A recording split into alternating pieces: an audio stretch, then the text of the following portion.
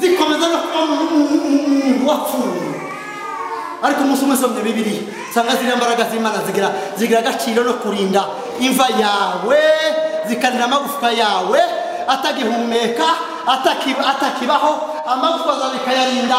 Iyo urebye mu bami ugasanga umugabo bita Elisa wapfuye akoze ibitangaza 13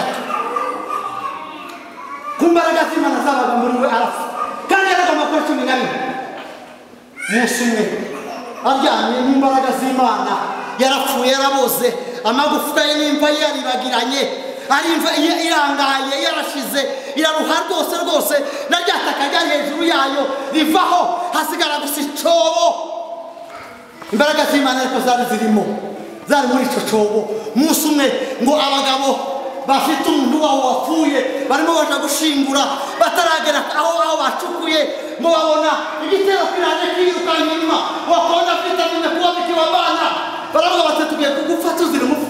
Ngo babona ico bari yakoreye twitere muri kiriya cobo, gira tukizwe nayo twari marume. Ko ndavuga imbaraga z'Imana zobora kubana n'umuntu n'igihaza aba yapfuye, kuvuza mu amaze na kuba pamoja n'amaraza hata mauti, hata baada ya mauti. Amaze mu atamuri yamba ifite imbaraga z'Imana, irimo imbaraga